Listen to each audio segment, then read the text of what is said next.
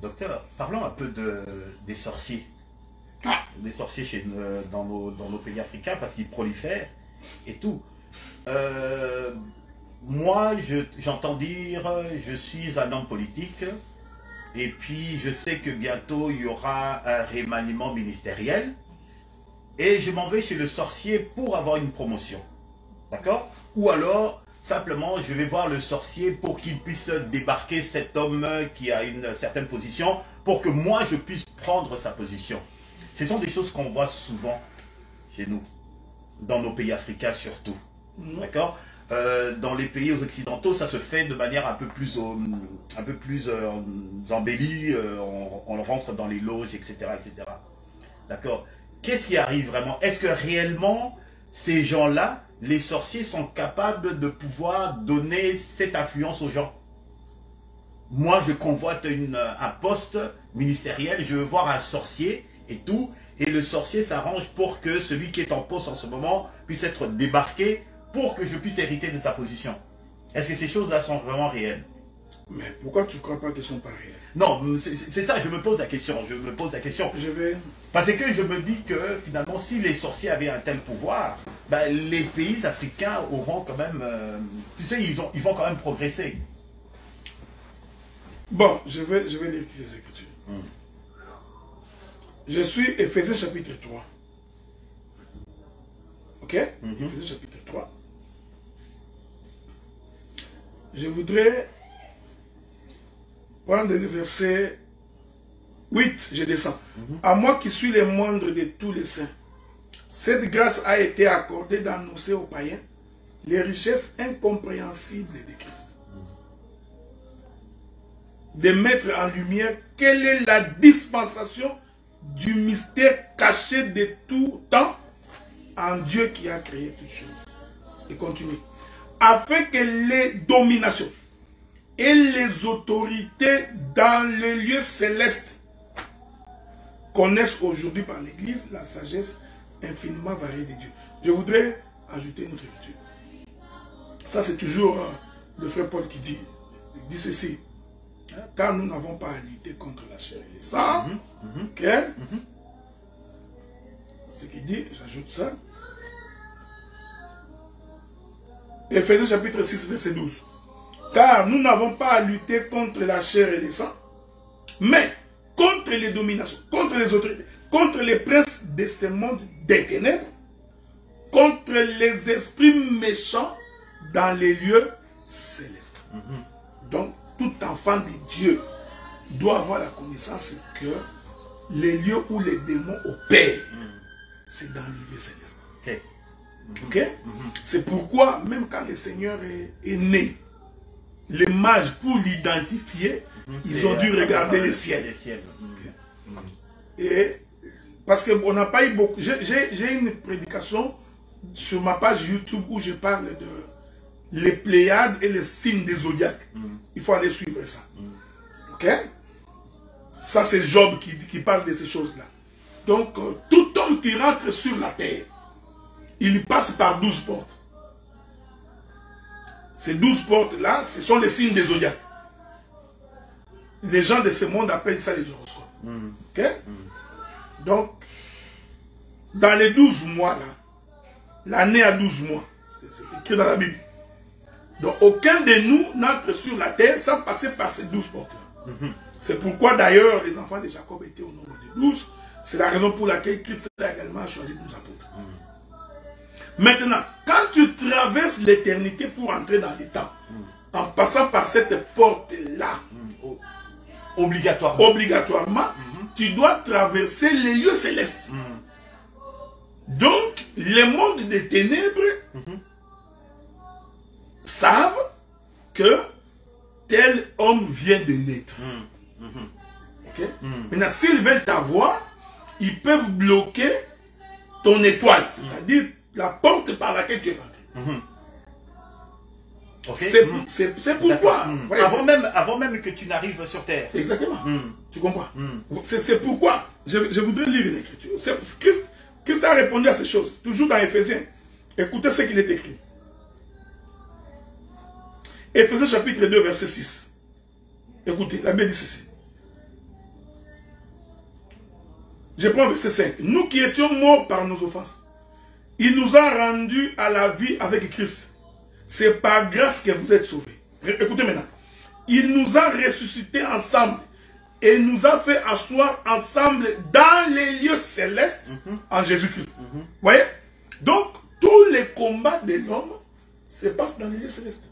C'est pourquoi vous allez remarquer, les principautés, les démons, les autorités et les princes de ce monde, les méchants, qui opèrent dans les lieux célestes, déterminent aussi les comportements des gens qui vivent sous ces conditions.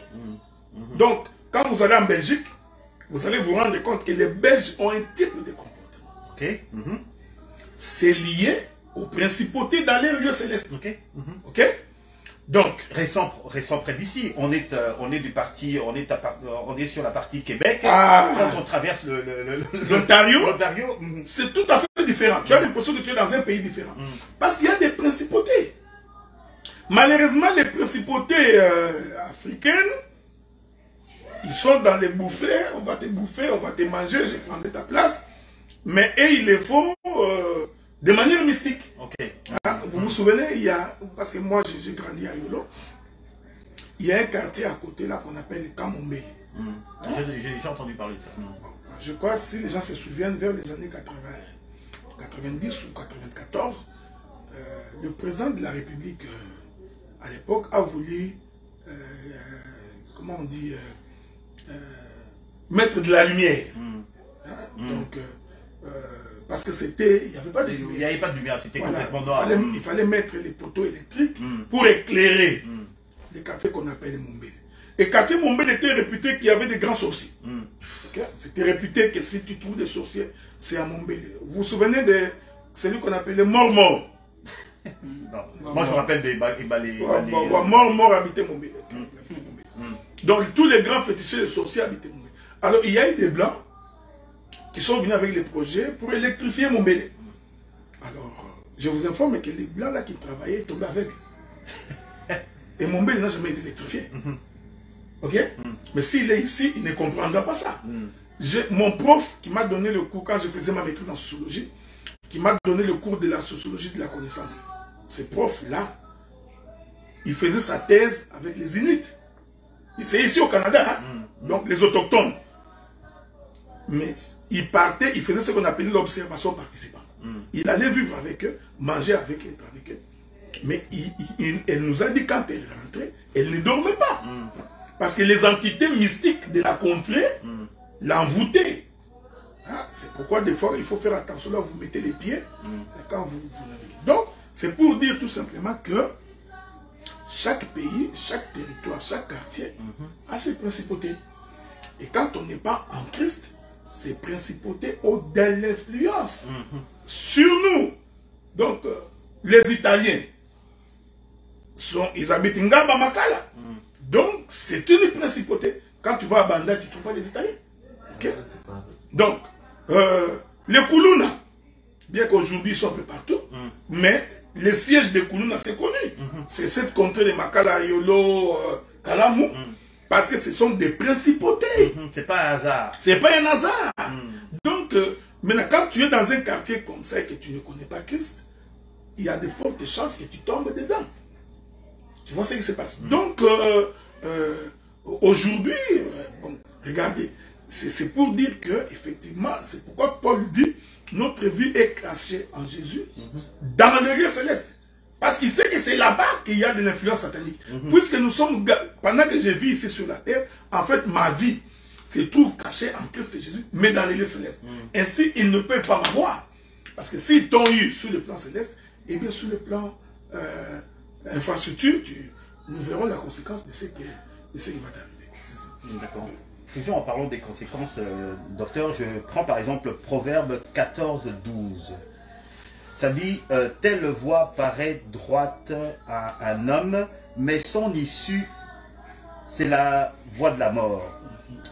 Alors, quelles sont les conséquences pour ces personnes-là qui jouent avec les puissances des ténèbres sans s'en rendre compte? Parce qu'il veut avoir, qui va voler l'étoile de quelqu'un, qui va bloquer quelqu'un et tout ça. Et tout. Sur le champ, ils ne se rendent pas compte de c'est quoi, quelles peuvent être les conséquences. Mais la question, c'est parce que l'homme ne prend pas garde. La plupart des gens qui se sont lancés dans l'occultisme, nous connaissons tous leurs fins. Je ne sais pas si vous avez un témoin de quelqu'un qui a vécu l'occultisme et qui est mort heureux. Et les repentis qu'on voit souvent sur Internet, oui, voilà, célèbres mais ils sont misérables aujourd'hui. Mais ils sont misérables aujourd'hui. J'ai toujours pris l'exemple de tous ces Mobutistes qui ont fait du bon temps à l'époque. Mais où est-ce qu'ils en sont aujourd'hui? Qui d'entre eux est en train de se réjouir de ces biens?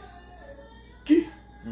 Il y a vraiment une, comment je dirais, il y a vraiment pas une réponse, il y a vraiment une explication spirituelle qui est là. Mais non, quand le diable les donne, il retirera. Et quand il retire, tu deviens misérable. Vous savez, c'est ce que Salomon dit. Il dit, mais finalement, vanité de vanité poursuit devant. Ok? Donc nous avons des gens, vous les voyez, qui roulent en carrosse, mais qui ne dorment pas. Ok? La nuit, il ne dort pas, il a peur de la nuit. Parce qu'il y a des esprits mauvais qui l'envoûtent. Nous avons des gens qui, en fait, j'ai connu un gars, et lui, il a enfermé sa femme à la maison.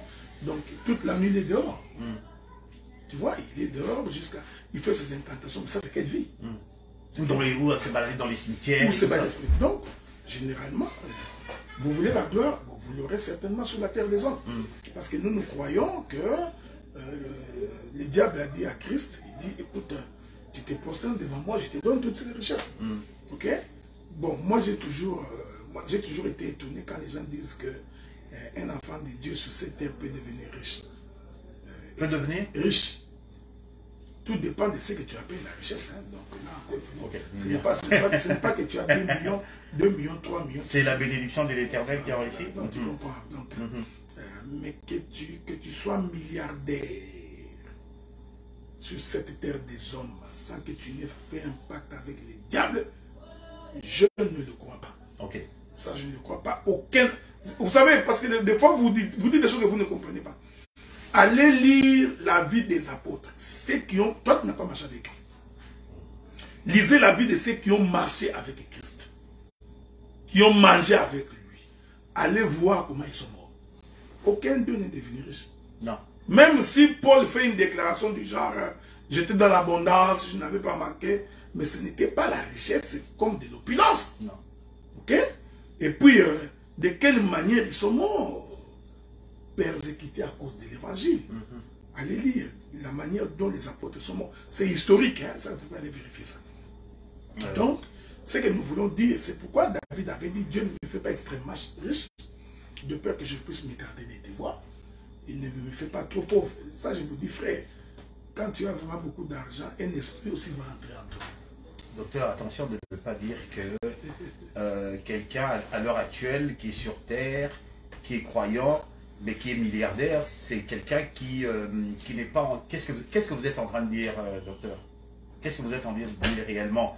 Qu'il faut nécessairement, en tant qu'enfant de Dieu, il faut nécessairement être pauvre là. Bon, on tombe dans le catholicisme. Non, c'est pas ce que j'ai dit, mon bien-aimé, ça. C'est pas ce que j'ai dit. Écoutez, des fois, il ne faut pas faire une déclaration pour faire. Okay? Dans ces pays où nous sommes, même là où partout les gens sont. L'effort peut faire en sorte que... C'est ce que j'ai dit. Partout où vous êtes là, dès que vous déposez $1 milliard dans un compte, mais tu sais ce qui va arriver, non? Tous les occultistes, ils savent qu'il y a quelqu'un qui a $1 milliard. Ouais, les gens, ils disent des choses qu'ils ne comprennent pas. Bon, je ne sais pas, peut-être que tu l'auras de quelle manière, tu mettras à la maison. Donc, je prends un exemple. Quelqu'un ramasse une pierre précieuse qui coûte 2 milliards. Mais il ne peut pas vendre ça. Non. Il ne peut pas vendre. Parce qu'il y a tous les occultistes, des diables derrière ça, qui vont vouloir t'avoir. Ils vont t'exiger pour que tu aies tout ton argent d'entrer dans les loges. Et finalement, pour garantir ta richesse, tu feras un pacte avec les diables. Tu vois ce qui arrive. Donc, je crois, tu peux avoir de l'argent, je ne refuse pas.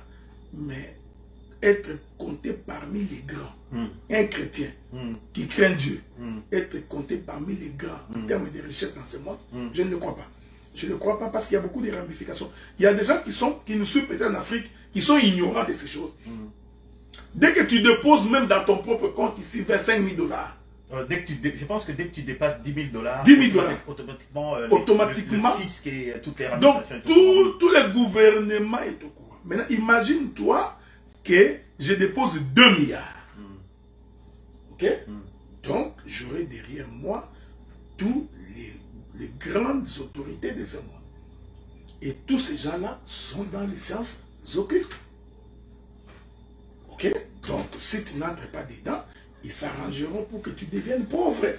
C'est-à-dire, j'ai toujours donné l'exemple de beaucoup de... Regardez beaucoup de sportifs qui sont devenus... Les sportifs, les chanteurs... Dès qu'ils n'entrent pas dans leur logique, ils finissent leur vie pauvres. On les rappelle tout prix où ils meurent. Où ils meurent. Michael Jackson. Ouais, où ils meurent. Donc, cette chose se trouve inscrite dans la Bible. C'est le diable. Il a dit à Christ, adore-moi, je te donnerai la richesse. Donc, la richesse de ce monde, je voudrais dire ça autrement. Le jour, quand Dieu a créé Adam, ok, il ne faut pas rêver. Dieu crée Adam, il fait les jardins, Dieu prend toutes les richesses du monde. C'était dans les jardins. Ok? Il prend Adam, il le met dans les jardins. Adam était un homme riche. Il gérait le sous-sol et le sol. Oui. Ok? C'est pourquoi on dit un fleuve était sorti d'Éden, dans les pays d'Avila, c'était les pays où il y avait de l'or, tout ça. Donc, la terre d'Adam, écoutez-moi bien, la terre d'Adam, avant les péchés, c'était une terre riche. Et Adam gérait une terre riche. Ok? Le diable vient tenter Adam. Adam tombe dans les péchés. Ici, Adam venait de perdre son autorité. Il venait de perdre toute sa richesse. Adam qui n'avait pas peur d'une souris, après le péché, il a perdu une souris.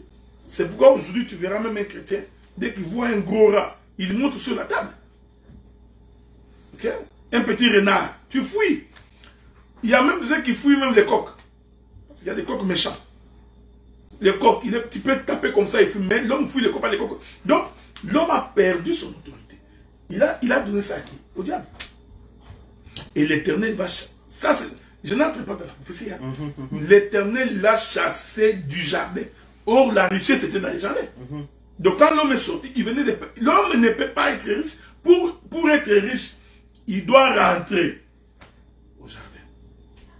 Or, ce retour-là n'est possible que lorsque le Seigneur vient nous visiter. Tu comprends ce que je dis? C'est ainsi que toute la richesse du monde aujourd'hui est détenue par le diable. C'est ce que Satan lui-même dit. Vous comprenez?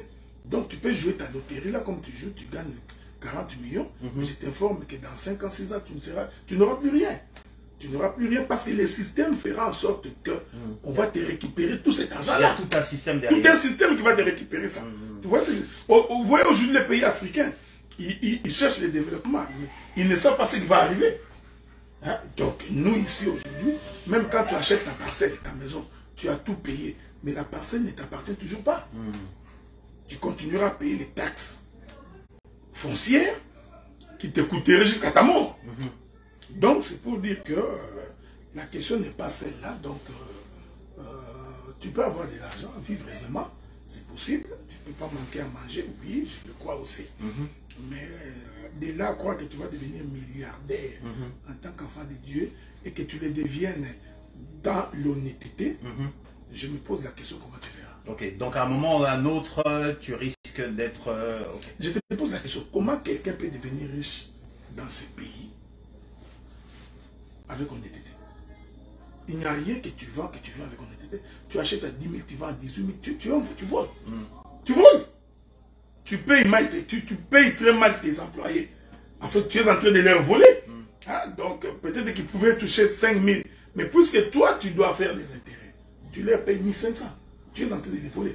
Tu vois? Donc, il est impossible, en tout cas, avec ce système corrompu de ce monde, prétendre devenir un homme riche sans tomber sans tomber dans les contournements. Ah ouais, c'est impossible.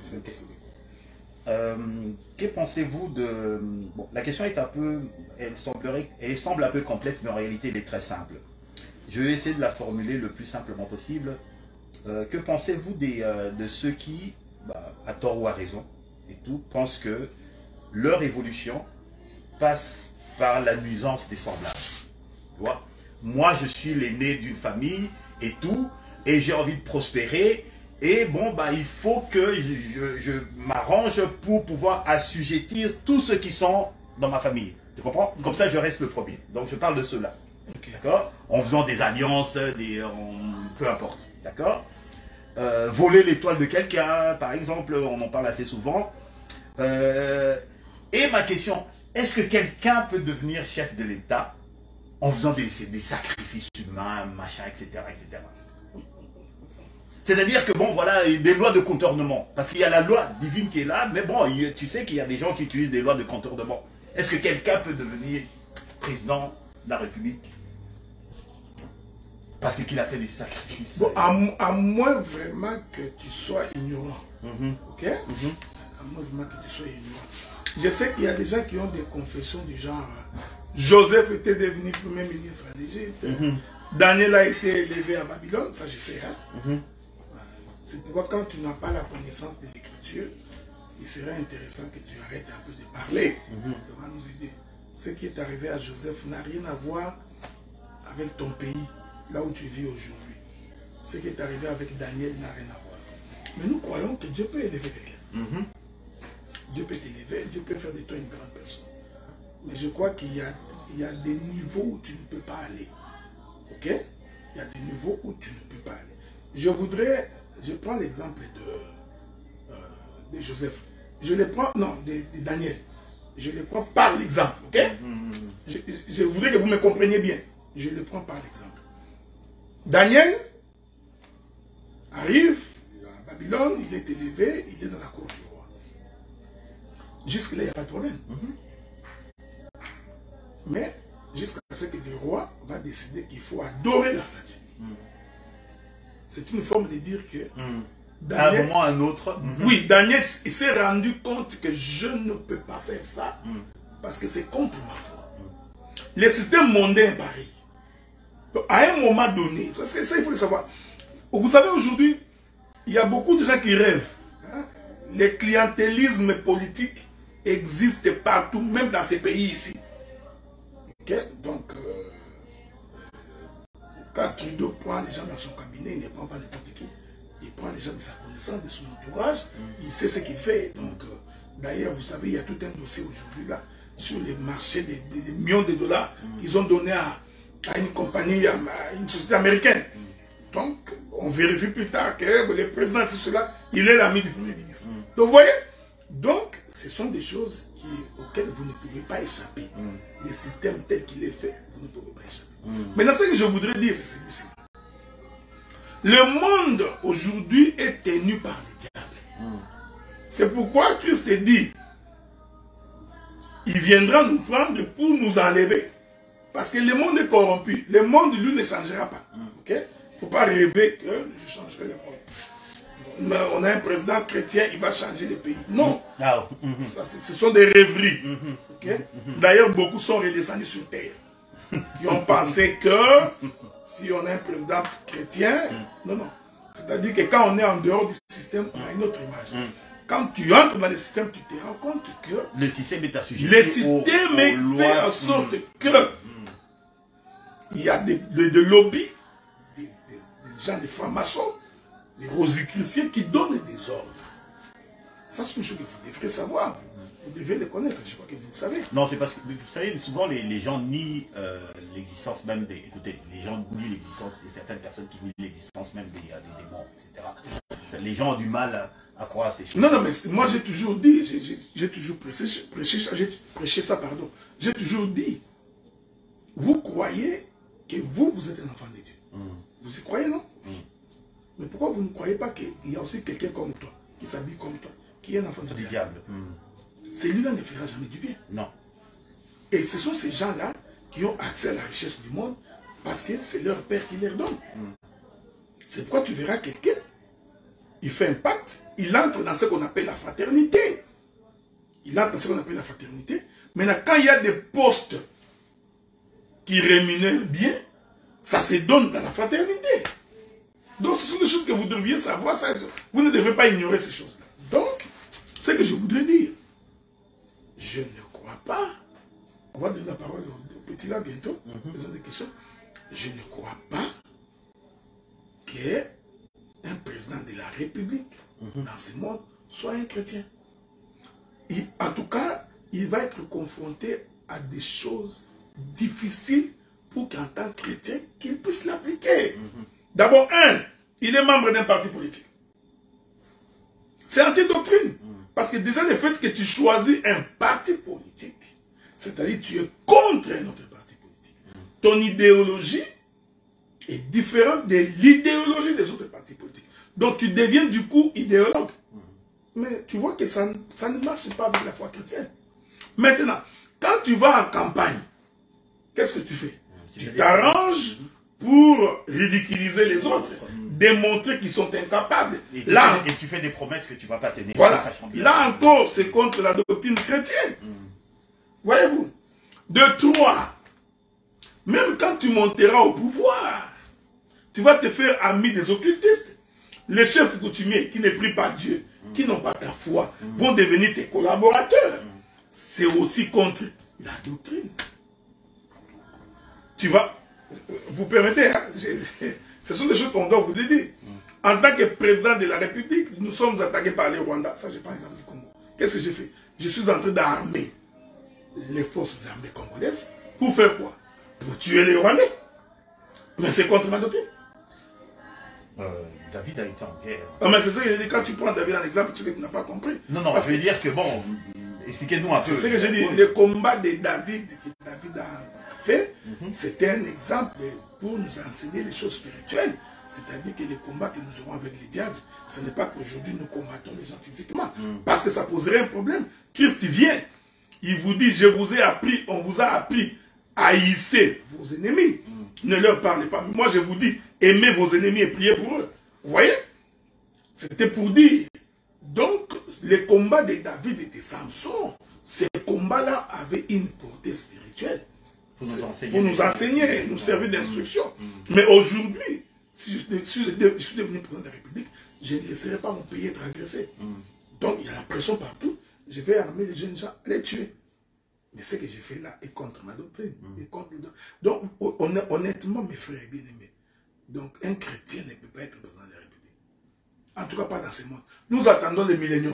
Moi, j'attends les milléniums. Quand le diable sera enchaîné, et qu'il y aura la paix, pas de guerre, et que Christ viendra régner là, tu avec son épouse, là, vous me verrez en campagne électorale pour devenir président de Taïwan. Je pense que la jeunesse a des questions. Est-ce qu'il y a une question? J'ai des questions. Ma première question, c'est celle-ci. Le docteur vient de dire qu'un enfant de Dieu ne peut pas devenir un président de la République. Donc, selon moi, je peux dire que c'est limiter Dieu. Parce que je crois à l'élévation de Dieu. Si Dieu a permis à Daniel de s'asseoir, d'entrer dans le palais royal, même Joseph, jusqu'à ce jour, je crois que c'est possible. Et ma deuxième question, c'est celle-ci. Le docteur de là dit que la richesse est détenue dans la main des diables. Oui. Donc, un enfant de Dieu ne peut pas être milliardaire. C'est ça, non? Non, oui. Ah ouais, c'est quelque chose de genre. Oui, je comprends.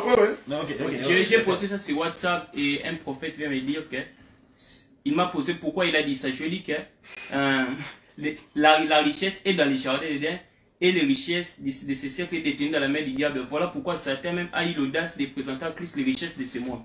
Il m'a dit oui, il a raison. Et ma question est celle-ci. Si vous avez prié pour la fille unique de Bill Gates et sa fille est guérie ou sauvée, pensez-vous que vous serez toujours pauvre? Ok. Bon, je vais revenir à ta deuxième question après. Si j'oublie, tu peux toujours me rappeler. D'accord. Regardez. Nous croyons à l'élévation des dieux. Oui. Okay? Ça, on n'a jamais dit le contraire. Ça, on ne peut pas refuser. Mais nous disons que cette élévation-là ne peut pas aller enfreindre la pensée de la prophétie. Parce que si elle enfreint la pensée de la prophétie, ça va nous poser un sérieux problème. Voici la pensée. J'ai donné quelques éléments. Si, parce que on est dans une interview, hein, si on faisait un enseignement sur les 70 semaines de Daniel, vous allez vous rendre compte que le système politique est corrompu. Il est corrompu au plus haut point. Des fois, quand on grandit, il faut faire des analyses. Comment expliquer que nous sommes, moi je suis congolais, dans mon propre pays, ma propre richesse sous mon sol, je suis incapable de déterminer les prix. Donc, vous comprenez qu'il y a des forces plus supérieures que nous, malgré le fait que nous sommes là, qui nous dirigent. C'est ce que nous sommes en train de dire aux gens. C'est-à-dire que Dieu ne peut pas contredire la pensée de la prophétie. Je prends un autre exemple. Pour que le Rwanda vienne à la table de négociation avec le Congo, il a fallu que les États-Unis d'Amérique ordonnent qu'il y ait. Je prends un autre exemple là. Les ONG, si c'est Washington White, quelque chose comme ça là, qui a fait un rapport sur les massacres à Goma. Mais cette ONG existe et ça fait 20 ans. Pendant 20 ans, ils observaient. Ils ne les ignoraient pas. Donc, vous comprenez que l'ordre est venu de quelque part. Pour dire, maintenant, mettez ça à nu. C'est là où je suis en train de dire, d'abord, sans prendre les Écritures, que le monde est dirigé par les occultistes. Le monde est dirigé par les fraternités. C'est connu. Ça, il ne faut pas l'oublier. C'est pourquoi vous trouvez des totems, des signes. Ce sont des signes déjà qui sont dans les sciences occultes. Les gens qui sont en Afrique aujourd'hui savent. Nous, quand nous grandissions, les gens comme les francs-maçons, les Maïkari, les Ekankars, ils ne s'exposaient pas. Non, non, effectivement. Mais aujourd'hui, vous trouvez temple des francs-maçons. Ce sont des sciences occultes. Ce sont des gens qui font des pactes avec le diable. Et vous allez remarquer, pour confirmer l'écriture, ces gens-là qui font le pacte avec le diable, ils deviennent populaires, glorieux, ils deviennent riches. Vous trouvez quelqu'un qui ne sait pas prêcher. Il prêche, il ne sait pas prêcher. Il vous prêche, Jésus est bon, il guérit. Mais l'homme réunit 15 000 personnes, 20 000 personnes. Il n'a même pas la connaissance de l'écriture. Donc les élémentaires de la Bible, les ABC, l'homme ne maîtrise pas. Il ne comprend pas. C'est comme j'ai vu quelqu'un qui sort avec une trompette, avec une corne. Il dit que c'est la corne de l'alliance. Un ignorant tout fait, qui ne comprend pas les Écritures.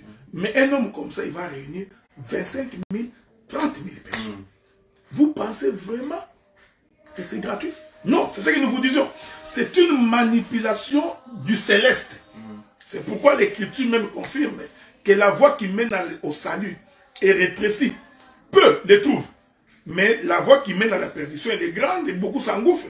Donc les gens croient facilement au mensonge qui a la vérité. C'est l'Écriture. Les gens ont tendance à croire facilement. Nous pouvons expliquer les Écritures comme ça, démontrer. Tu verras. 200 vues, 400 vues, 500 vues. Quelqu'un, il poste une partie de ses fesses ou de son sexe. 1 million de vues. Et vous trouvez des intellectuels, des papas, des gens qui ont étudié, qui vont aller regarder le sexe d'un individu parce qu'il a posté ça sur les réseaux sociaux. Et ils vont le partager. Et ils vont le partager. Et vous allez remarquer, vous pensez que c'est gratuit? Non, ce n'est pas gratuit. On aura l'occasion d'en parler. Parce que le monde des occultistes est lié au sexe. Ça, on en parlera. Dieu nous donnera l'occasion. Le monde des occultistes est lié au sexe. Et vous allez remarquer, la personne qui poste ça, 2 fois, il a même fait un pacte avec le diable. Pour que tu sois renommé, tu dois poster tes parties intimes. Il s'arrange, il poste ses parties intimes. Des fois, on pense... Moi, je me suis toujours posé la question, comment ils font? Comment une femme peut te piéger avec son téléphone jusqu'à te photographier, à te prendre en vidéo, nu? Nu. Oui. Ça, c'est... Ouais. Mais pourquoi toi, tu n'as pas pris la photo de la fille? Pourquoi toi, tu n'as pas pris sa vidéo? Vous voyez? Derrière ça, il y a tout un courant diabolique. Et l'homme, il fait ce bruit-là, ça sort partout, et puis le lendemain, il va organiser un concert, c'est plein à craquer. Malgré que tout le monde a vu que c'est de l'immoralité. N'avez-vous pas vu que c'est de l'immoralité? N'avez-vous pas vu que ce que cet homme a fait là, c'est contre la doctrine? Mais il va encore faire un concert. Les gens vont venir plein. Vous voyez? C'est ce que je suis en train de dire. Donc, la question, ce n'est pas raisonner. Nous disons que Dieu ne limite personne. Mais Dieu, dans la limite de sa parole, il y a des choses qu'il ne peut pas faire. Tu comprends ce que je dis? Dieu ne peut pas laisser son enfant prospérer dans les péchés. dans le monde, les principes de Dieu, je vais vous le dire en passant, parce que peut-être vous ne le savez pas, les principes de Dieu, lorsque l'immoralité atteint son comble, Dieu ne change pas. Il s'arrange pour faire sortir son peuple. Ouais. Au temps de Noé, l'immoralité a atteint son comble. Qu'est-ce que Dieu a fait? Il pouvait détruire les systèmes et faire de Noé le président. Qu'est-ce que Dieu fait? Il retire Noé et il détruit. Ouais. Au temps de Sodome et Gomorrhe, qu'est-ce que Dieu a fait? L'immoralité a atteint son comble. Dieu pouvait renverser. Les gens qui prêchent que nous allons renverser, vous ne connaissez pas la Bible. Dieu vient, il retire l'autre, il détruit Sodome et Gomorrhe. Rentrons en Égypte. Israël s'est multiplié, devenait nombreux.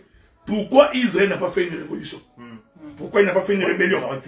Il nous aurait pu renverser. Parce que d'autant plus que quand ils ont marché dans les désert, ils ont battu toutes les nations. Tous les peuples qui rencontraient Israël, Israël les battait. Je me pose la question, est-ce qu'Israël était sorti avec des Kalachnikov? Non. Comment on appelle ça? Kalachnikov. Est-ce qu'il était sorti avec les Satan 2? Est-ce qu'il était sorti avec... Non. Donc cette force-là qu'Israël, quand il combattait pour aller à Canaan, mais il pouvait combattre Pharaon et détruire. Vous êtes envieux du monde. Vous adorez le monde. Vous adorez les richesses du monde. Vous voyez? C'est pourquoi vous pensez que votre élévation, c'est qu'il faut que vous deveniez riche comme les gens de ce monde. Non. C'est faux et archi faux. C'est pourquoi l'Écriture dit, Paul dit, Père, si nous avons à manger, quoi nous vêtir, cela nous suffit. Parce que nous sommes pèlerins sur la terre. Est-ce que je voudrais dire que tu sois pauvre? Ce n'est pas ce que j'ai dit. Non, pas du tout. C'est pas ce que j'ai dit. Mais il ne faut pas envier le monde, frère. Donc, Dieu pouvait renverser Pharaon. Il pouvait dire, Moïse, tu as grandi chez Pharaon. Donc, tu connais ses faiblesses, tu connais ses points forts. Allez, fais une armée. Enseigne-leur comment nous allons prendre le pouvoir en Égypte. Ils pouvaient prendre le pouvoir, frère. Ne vous en faites pas. Ils étaient nombreux. Donc, qu'est-ce que Dieu fait? Non. Vous sortez. J'ai détruit Pharaon à la mer Rouge. Donc, ce que je voudrais dire... Ces choses-là arriveront... C'est pareil aujourd'hui. Donc, quand tu vois quelqu'un qui est à la richesse à la recherche de la gloire, de la richesse de ce monde, comprends. Dès que ce désir-là monte, tu finiras par devenir occultiste. Ne vous en faites pas. Et vous faites semblant, vous savez. Vous savez que tous ces gens qui font la gloire là, ils sont occultistes. Ça, vous le savez. Parce qu'il faut que tu te maintiennes, hein. N'oublie pas ça. Tu vois, donc vous savez, ce sont des pactes. Je vous ai toujours posé, je reviens sur une question que Safi n'a pas aimé qu'on parle de l'étoile. Bon, c'est un langage, mais on a reconnu Christ par son étoile. Hein? Donc, le Seigneur appelle Abraham, il dit Abraham, peux-tu compter les étoiles du ciel? Il dit non, telle sera ta postérité. Dieu identifie l'homme aussi par son étoile. Donc, il ne faut pas comprendre ça seulement dans le sens des gens du monde. Du monde, non. Hein? Donc, voilà. C'est pourquoi j'ai dit, si vous avez le temps, allez suivre mon intervention sur les Pléiades et les signes des zodiaques. Docteur Adela sur YouTube, j'en ai parlé. Donc, vous comprenez? Donc, c'est pour dire que le monde des démons, s'il veut avoir son ascendance sur toi, il va aller combattre ta partie spirituelle. Ok? Il va aller combattre ta partie spirituelle. Dès qu'il t'a capturé sur le plan spirituel, ainsi il peut également t'avoir sur le plan charnel. J'ai une soeur qui est en Allemagne. Je vais taire le nom de ce pasteur-là. Ce pasteur-là a accouché cette femme-là. La femme n'a pas compris. Une soeur, oui. La femme n'a pas compris comment elle s'est retrouvée sur le lit de cet homme-là. Elle n'a pas compris. C'est-à-dire que c'était une véritable manipulation. C'est comme quelqu'un qui a capturé son esprit. C'est après avoir consommé l'acte et la femme vient de se rendre compte que, en fait, cet homme a accouché. Tu vois? Donc, les occultistes sont capables de ces choses-là. Ce sont des choses qu'il faudrait savoir. Et aujourd'hui, Dieu est bon parce qu'il vous donne des éléments pour les savoir. Vous les verrez. Ils ont des petites écharpes comme ça, des étoiles de David. Ils ont des petits drapeaux des étoiles de David. Ils ont des petits bonnets. De ma question. Ça c'est une écharpe pour les fois. Okay. Donc, vous voyez, ils ont des petites insignes. Il y en a d'autres aussi. Vous voyez, il prend son micro. Il y a des jeunes qui ne comprennent pas. Il prend son écharpe, son mouchoir blanc. Il entoure le micro. Mais c'est lui qui a commencé ça à tirer ça des sciences occultes. Parce que tu peux mettre ton mouchoir dans ta poche ou sous la table. Si tu as envie de t'essuyer, tu prends, tu essuies, tu fais descendre. Donc, tu verras, il est nous tout autour du micro qui ignore qu'il y a quelques années, pour faire tomber les gens, et Dingwe, prenez un mouchoir et fait comme ça, les gens tombent. C'était les démons. Les pasteurs aussi sont allés. Donc, est-ce que vous ignorez ces choses? C'est pourquoi j'ai dit, honnêtement, en toute sincérité, un chrétien ne peut pas devenir président de la République. Pas en tout cas dans les règnes ici. Nous attendons millénium peut-être. Donc, bon, il est possible que tu deviennes ministre. C'est possible. Oui, ça peut arriver. Mais les fonctions mais je me dis toujours que même quand on devient ministre, il y a beaucoup de choses qui se font dans les ministères. Toi, en tant que chrétien, si tu le fais, tu as péché contre Dieu. Vous savez, non, il y en a beaucoup. Les contrats se négocient par des commissions. C'est du vol, hein? C'est du vol. Donc les directeurs des cabinets sont dans les magouilles. Ça c'est connu. Hein? Donc, et comment toi, ministre chrétien, tu vas t'en sortir? Donc je crois qu'à un moment donné, essayons de redescendre sur terre pour dire que Dieu peut t'élever, mais Dieu n'autorisera pas que tu ailles jusqu'à terre. Exactement. Donc c'est plus clair. Oui, la deuxième question était celle-ci. Il a dit que si vous avez prié pour la fille unique de Bill Gates et sa fille est guérie ou sauvée, pensez-vous que vous serez toujours pauvre? Ah, voilà une belle question. Tu pries pour la fille? D'abord, hein, je vais d'abord laisser cette partie-là pour ne pas susciter d'autres questions. Ça peut arriver que tu pries pour la fille de Bill Gates. J'essaie de comprendre le sens de la question. Non, c'est-à-dire que quand tu pries pour la fille de Bill Gates, il va te donner l'argent. Oui, si il te donne, est-ce que ça sera des petits montants dans les sens que ça posé? Ah, ok. Tu seras pauvre. Bon, je voudrais d'abord aller dans l'hypothèse des frères ici. Hein. J'ai prié pour la fille de Bill Gates. La fille est guérie. Vous savez, bon, je vais vous énerver un peu, mais c'est un peu ça, c'est comme ça que je suis. Est-ce que Dieu m'enverrait chez Bill Gates prier pour sa fille pour que je devienne riche? Ou que Dieu m'enverrait prier chez la fille de Bill Gates pour que Bill Gates et sa fille se convertissent? Je pense que c'est plus la deuxième partie. Donc, commençons par là. Ok? C'est très important. Ça, je vous laisse méditer. Que l'Éternel Dieu autorise que la fille de Bill Gates est malade, que j'ai prié pour elle, pour qu'elle soit guérie. Moi, je crois, si Dieu m'envoie sur ce chemin-là, c'est toujours pour sa gloire. C'est pour que l'homme vienne au Seigneur. Exactement. Okay? Bon, raisonnons par l'absurde. J'ai pris, Bill Gates me donne l'argent. Bon, est-ce qu'on peut imaginer combien il me donnerait? 1 milliard. Ok? Bill Gates me donne 1 milliard. Je vous informe, pour vous qui êtes probablement dans les pays sous-développés, peut-être que vous ne comprendrez pas. Je prends mes 1000 $ que Bill Gates m'a donné. 1 milliard. 1 milliard. Dès que je les mets dans le compte bancaire, ok? L'année prochaine, le gouvernement canadien va venir retirer les taxes. Ok? Il retire 25%. Je viens de perdre 2 500 000 $. Et tant que je suis millionnaire, il y a un prélèvement de taxes chaque année. Vous savez, ce système ici est corrompu. C'est-à-dire que où tu vas accepter d'entrer dans leur jeu pour qu'ils vous disent comment ils font pour se maintenir. Écoutez, il y a des gens qui sont, beaucoup de gens qui sont ignorants. Donc, tu vois, Bill Gates a fait un don de 2 milliards. Il y a des gens qui pensent que c'est la bonne volonté, c'est gratuit. Vraiment, quand on est ignorant, on tombe dans des pièges. Non, Bill Gates nous aime beaucoup. L'Amérique nous a fait des dons. Non, il faut des fois vous instruire. Il faut vous instruire. Parce que si vous ne vous instruisez pas, vous n'allez pas comprendre ce qui se passe. Donc, je t'informe, mon bien-aimé ici. Certainement que j'aurai 1 milliard de $. Mais rassure-toi qu'au bout de 10 ans, je redeviendrai comme vous. À moins que maintenant que je trouve des alliés. Voilà. Il faut maintenant que je trouve des alliés. Je vais aller loin. Quelqu'un va dire je vais investir. C'est aussi un peu ma folie. Hein? Bon, je vais investir dans l'immobilier. Mais déjà pour avoir les contrats des immobiliers, il faut avoir des accointances avec des gens qui sont dans les sens occultes. Parce que tout vient dans la table du ministre des infrastructures. Donc c'est lui qui va décider, bon, cet agent immobilier, on va lui donner le terrain qu'il y a à Tursault, par exemple. Mais si tu n'es pas dans la fraternité, les gens de la fraternité prendront les contrats. Et au fur et à mesure, toi, tu redescendras, tu deviendras pauvre. Posez-vous la question. La loterie se joue dans ces pays chaque week-end. Il y a des gens qui gagnent des millions. Ils sont où? Ces gens-là, ils s'achètent une maison. Après quelques temps, parce que c'est de l'argent que vous n'obtenez pas par un pacte avec les diables. Mais quand vous l'obtenez avec un pacte avec les diables, il te met dans une fraternité.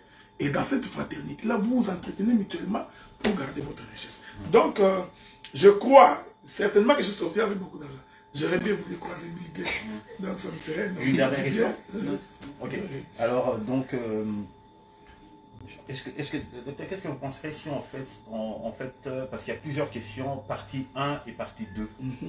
Je pense que c'est ça qu'on va faire. Ah ouais. Comme ça, on va récupérer, parce qu'il y a beaucoup de questions, on va essayer de récupérer les questions qui sont dans l'audience et pour pouvoir organiser donc la partie 2. Là, aujourd'hui, on va terminer avec une dernière question, parce que je pense qu'il nous reste 15 minutes, hein, c'est ça? Oui. On va terminer par une dernière question. Donc, comme je vous dis, rassurez-vous, on va revenir sur le thème. Vous savez, il y a Safi qui m'énerve. Hein? Parce que Safi, je crois que c'est... Tu vois, quand tu es un télo, tu réfléchis vraiment en intellectuel. Malheureusement, nous réfléchissons en tant qu'enfants de Dieu, en tant que lecteurs. Qu'est-ce qu'elle a dit? Il dit, attention, cher docteur, cette crainte, le fait qu'Adam, nous avons peur des animaux, c'est surtout au fait que nous ne sommes plus aussi proches des animaux. Plusieurs aujourd'hui apprivoisent des animaux plus ou moins dangereux. Oui, mais j'ai entendu dire qu'un animal sauvage reste un animal sauvage. Parce qu'il y a des gens qui ont essayé, mais il y a eu des conséquences également. Oui, oui. Bon, je crois parce qu'à un moment donné, à un moment donné, l'animal retrouve son instinct. Oui, animal, il va te bouffer. Il va te manger. Donc, je t'aime bien, je voudrais te voir en vie. Donc, surtout, ne va pas poser un léopard, parce qu'il va te bouffer un jour. Donc, c'est comme un vampire. Ah, bon, est-ce que, bon, je suis ça dans les films, c'est comme un vampire. Tu vois, on fait des films avec un vampire gentil. Mais ce vampire gentil, quand il est en manque du sang, cette pulsion est plus forte, il finira par mordre quelqu'un. C'est comme un animal sauvage. Je crois que les animaux obéissaient à Adam, parce que Adam obéissait à Dieu. Oui. Donc c'est tout. Donc aujourd'hui que nous sommes tombés dans le péché avec Adam, il y a des limites. Hein. Donc le moment où les animaux vivront avec nous en paix, l'Écriture le dit, c'est pendant les milléniums. C'est pendant les milléniums que nous serons en paix. La Bible dit que le loup et la chèvre mangeront ensemble et ils vivront ensemble. Je voudrais dire ça autrement. C'est dans l'arche de Noé. Hein? Il n'y a que dans l'arche de Noé que les lions n'ont pas bouffé Noé. Et que les lions n'ont pas bouffé la chèvre. C'est seulement dans l'arche. Oui. Dès qu'ils sont sortis de l'arche, les lions il y aura eu. Parce que moi je me rappelle quand on était au pays, mon neveu il avait 3 chiens. Mais vraiment des méchants chiens. Hein. Tu ne peux pas rentrer dans la parcelle. Mais lui il avait un singe. Et pendant la journée, c'était toujours la guerre, mais la guéguerre. Et la nuit, tu voyais le singe, les 3 chiens couchés, le singe allait se coucher sur le chien. Jusqu'au jour où, qu'est-ce qui est arrivé? Ben, les chiens, toujours en blaguant, en jouant et tout ça, ben, ils ont mangé le... Ils ont mangé le singe. Ils ont mangé le singe. Et pourtant, ça fait des années qu'ils habitaient ensemble. Ils ont mangé le singe. Alors, une dernière question. On va finir par là, il est 18h. Oui, on va finir par cette dernière question. Alors, c'est sur la grâce, en fait. Hein, c'est sur la grâce présidentielle. Je veux dire, un meurtrier peut se retrouver libre parce qu'il a bénéficié de la grâce présidentielle. D'accord? Donc, il y avait une sanction, il y avait une loi. Il a été condamné. Bon, il a été condamné peut-être à être exécuté ou quoi. Au bout d'un certain temps, le président de la République, c'est sa prérogative, il décide de lui accorder la grâce présidentielle, il devient libre. Tu vois? Mais qu'en est-il maintenant de la grâce divine et de ses conséquences par rapport à cette loi-là? Tu vois? Le président de la République me gracie. Est-ce qu'il existe également une grâce divine exceptionnelle également qui peut agir de la même façon? Non, non, je ne pense pas. Le problème, c'est que la grâce, selon les Écritures, c'est lorsque nous croyons au Seigneur. Ok? Et cette grâce-là doit faire en sorte que nous puissions vivre loin du péché. Je voudrais quand même trouver quelques écritures pour faire asseoir la pensée. Donc, nous prenons par exemple les livres de Colossiens, je crois. Colossiens. Je prends le verset 2, chapitre 2, verset 13. Vous qui étiez morts par vos offenses, c'est pareil ce que vous avez dit, et par l'incirconcision de votre chair, il vous a rendu à la vie avec lui en nous faisant grâce pour toutes nos offenses. C'est-à-dire que le Seigneur nous accorde sa grâce en nous pardonnant nos péchés. Comme j'ai toujours dit, pour entrer dans Cana, il faut explorer Cana. Donc tu ne peux pas, sur base d'un seul verset, faire toute une doctrine. Il faut circuler les Écritures. Il faut marcher dans le pays des Cana pour avoir l'idée. Donc, mais cette grâce ici voudrait aussi dire qu'il faut croire à la parole. Donc, la grâce, elle n'est pas gratuite. Il y a beaucoup de gens qui comprennent très mal. La grâce n'est pas gratuite. La grâce... Quelqu'un a payé. Oui, la grâce est grâce pour autant que tu l'acceptes. Maintenant, pour l'accepter, malheureusement, Dieu a aussi mis les conditions. C'est-à-dire que c'est lui qui abandonne ses péchés, qui prend la résolution d'abandonner ses voies détournées, c'est celui-là qui obtient miséricorde.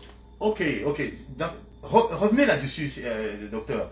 Je voudrais vraiment que vous marteliez bien pour que les gens puissent comprendre. Parce que les gens, quand on parle de la grâce, ils voient quelque chose de gratuit. La seule chose qu'ils voient, c'est que Christ a payé. Tu vois? Alors, à partir de ce moment-là, on dirait que c'est comme si c'est un blanc-seing pour qu'il fasse n'importe quoi. Non, je voudrais vraiment que vous reveniez sur là-dessus pour que les gens comprennent qu'effectivement, il y a un prix à payer, il y a des conditions, etc. etc.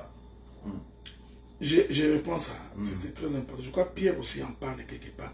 Je trouverai cela. Donc, la grâce est grâce pour autant que nous l'acceptons. Et cette acceptation passe par l'abandon de la vie du péché. C'est-à-dire que si quelqu'un n'accepte pas d'abandonner le péché, cette grâce-là ne lui servira à rien. Rien du tout. C'est comme tu prends la grâce, tu es en train de fouler ça au pied.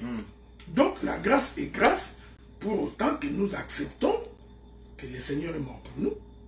Premier élément.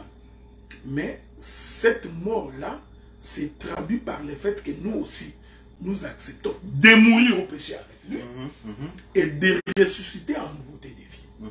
Donc, si quelqu'un vit dans la débauche, quelqu'un vit dans les désordres, il est dans les boîtes de nuit, il vit en cascade, tout en confessant que nous sommes sauvés par la grâce, il n'a pas compris la grâce. Donc la grâce est grâce pour autant que nous avions. C'est pourquoi il y a une écriture qui dit que c'est lui qui avoue ses fautes et les délaisse obtient miséricorde. Donc la grâce est conditionnée par le fait que nous acceptons que nous étions pécheurs, que Christ est mort pour nous. Ainsi, nous nous conformons à sa vie. Donc je crois que je dois trouver une écriture qui dit cela clairement. Nous nous conformons en conformité avec la vie du Seigneur. À ce moment, la grâce est devenue grâce. Mais s'il n'y a pas de conformité, eh bien ça ne sert à rien. Je prends le livre de Romains chapitre 6. Romains chapitre 6. Regardez. Écoutez ce que la Bible dit. Verset 4. Nous avons donc été ensevelis avec lui par le baptême, en sa mort. Donc, ici, la mort de Jésus, c'est tout un baptême. Et Paul dit que nous étions enterrés, ensevelis avec lui, afin que comme Christ est ressuscité de mort par la gloire du Père, de même que nous aussi, nous marchions en nouveauté de vie. Donc, si quelqu'un dit qu'il a cru au Seigneur, il faut qu'il marche en nouveauté de vie. C'est ça, c'est alors qu'il obtient la grâce de Dieu. Mais ce n'est pas le fait que nous sommes sauvés par la grâce, nous sommes sauvés par la grâce, tu vis en désordre, tu fais ce que tu dis et puis tu considères que tu es sauvé par la grâce. Non, dans ces conditions-là, tu n'es pas sauvé par la grâce. La difficulté que nous avons avec les chrétiens d'aujourd'hui, c'est ça. C'est-à-dire que beaucoup de gens, ils vivent en désordre, ils ne respectent pas Dieu, ils ne croient pas à la parole de Dieu, ils ne marchent pas selon la voie de Dieu, mais cependant, ils disent que ils sont sauvés par la grâce. Donc tu vois un peu, je peux c'est une mauvaise compréhension. Petit, vous allez au salon. Petit, on a dit là, on va pas gêner. Tu passeras à la maison pour manger. Ok, no problème. Donc, tu comprends. Donc c'est cela. Donc la grâce est grâce lorsque nous nous acceptons de nous conformer à la vie de Christ. Ok, en tout cas c'est très bien, docteur. Donc ça c'était la première partie. La deuxième partie, nous allons vraiment en ce moment-là entrer dans, on va faire des études de cas. On va parler des ministres et tout par rapport à cette parce qu'elle s'applique également aux ministres. Okay. Donc on ne se moque pas de Dieu et tout. C'est qu'un homme aura sémé, il le moissonnera. On parlera des ministres. On parlera des familles, donc des mariages, les gens, les conséquences de cette loi par rapport à ceux qui ne s'y conforment pas dans les familles et tout. Donc on parlera vraiment des cas bien spécifiques dans la deuxième partie de l'émission qui aura lieu dans 2 semaines. D'accord. Alors pour finir, Papy, Jessica, est-ce que vous avez des questions? Ok, d'accord. Moi franchement, aujourd'hui j'ai pas de questions. C'est étonnant, hein. Non, il faut le laisser en paix. Quand il n'a pas de questions, on est en paix. On est en paix. Je vous pose de très bonnes questions. Nous, c'est pas ce que nous disons. Tu n'as pas de questions, c'est bon. Alors pour les gens qui ont posé des questions à travers le net, nous allons prendre le temps de bien les lire, de bien les compiler et en ce moment-là, nous allons les incorporer dans l'étude de la prochaine émission. Alors sur ce, docteur, est-ce que vous avez quelque chose une conclusion, enfin, disons, conclusion de la première partie par rapport justement à notre verset phare? Qu'est-ce que vous pouvez dire aux gens par rapport à ce verset-là? Je voudrais tout simplement leur dire qu'il faut faire attention avec les actes que nous faisons. Donc, ce que tu fais aujourd'hui peut avoir des incidences dans ce qui va t'arriver. C'est pareil avec les choix. Les choix que tu fais aujourd'hui détermineraient seulement ce qui va t'arriver dans les jours à venir. C'est pourquoi généralement quand tu veux faire un choix, tu veux prendre une décision, réfléchis très bien, essaie de voir les pour et les contre, les avantages et les inconvénients, et juge si c'est utile de les faire ou de ne pas les faire. Alors, dès que tu fais quelque chose, prends le courage d'assumer la responsabilité des actes que tu as posés. Mais au regard de tout cela, c'est toujours important de vivre la vie du Seigneur. C'est toujours important de croire au Seigneur et de marcher selon la voie du Seigneur. Je profite de ton plateau pour annoncer que demain dimanche, nous sommes à Montréal. Nous continuons notre partage sur mariage, divorce et fiançailles. La conférence est en lingala. Nous nous excusons parce qu'on a eu beaucoup de commentaires de nos frères de l'Afrique de l'Ouest et de ceux qui sont en Europe qui ont voulu que cela soit en français. Et nous projetons faire cela en français en été. En été, ok. Le rendez-vous est pris. Le rendez-vous est pris en été en français, mais on l'a fait en lingala pour le besoin de la cause. Donc c'était utile pour nous, surtout dans l'église locale, que nous le fassions en lingala. Nous nous en excusons pour ça. Voilà. Mais les gens avaient quand même la possibilité, les gens qui étaient à l'Assemblée avaient quand même la possibilité de poser des questions en français. Oui, s'ils veulent, ils peuvent poser la question en français et puis nous nous ferons un plaisir de répondre, soit en français, soit en lingala. C'est ça. Ok. Donc ça, c'est le rendez-vous de demain pour en ce qui concerne Montréal. Au Montréal. Et donc, Gatineau. Donc Gatineau, c'est le pasteur Azaf qui continue son enseignement sur la porte du ciel. Nous vous encourageons vivement également à être présents. Donc, assister. Et puis, je crois qu'à la fin de la prédication, nous aurons une vingtaine de minutes de prière pour les gens qui font des mauvais rêves, qui subissent des oppressions nocturnes, des visitations nocturnes. Je crois que la prière se fera demain après la prédication. Docteur, une dernière chose. Tout à l'heure, vous avez dit que, en fait, quand on a été à un retrait de deuil, vous avez dit aussi que vous avez dit quelque chose d'important, c'est que les deuils actuellement, donc la manière dont les gens considèrent les deuils, c'est un petit peu hors propos, et que quel doit être un chrétien qui va à un retrait de deuil, c'est dans quel but est-ce qu'il faut, quel est le but bénéfique justement.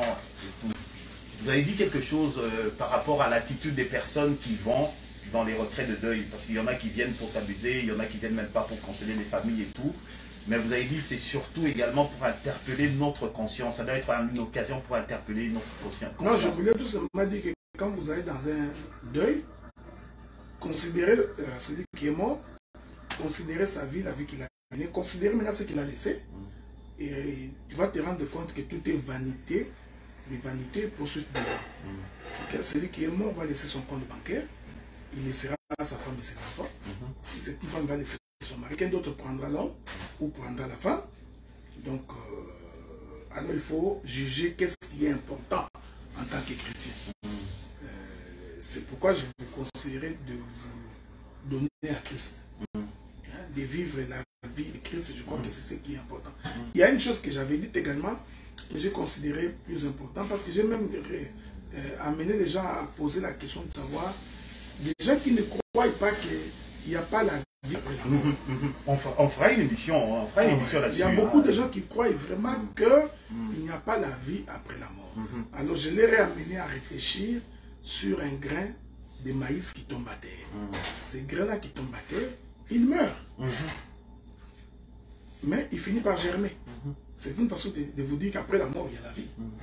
Donc même par simple principe, hein, avant que nous n'entrions dans les détails des Écritures, même par simple principe du vin, où Paul dit que la nature elle-même ne vous enseigne-t-elle pas. La nature t'enseigne que lorsqu'un grain est sémé, il germe après sa mort. Comme Lazare qui était mort et ressuscité, c'était une semence qui avait germé. Donc, partant de ces principes, il faut te garantir une place dans l'au-delà. C'est-à-dire après la mort, qu'est-ce que tu vas devenir? C'est important. Voilà ce que j'avais ajouté aujourd'hui. En tout cas, merci beaucoup, docteur, pour ces propos. Ceci s'achève la première partie de notre émission sur la loi de cause à effet. Il y en a beaucoup qui appellent ça la loi du karma. Et dans l'émission prochaine, justement, on reviendra sur justement ce fameux karma. Les questions vont être compilées. On en tiendra compte pour la prochaine émission. Et sur ce, je vous souhaite bon appétit, bonne soirée, bon week-end pour tous ceux qui nous ont suivis. Alors, on a fini, que Dieu vous bénisse. Donc, on va écouter une chanson et puis on a fini.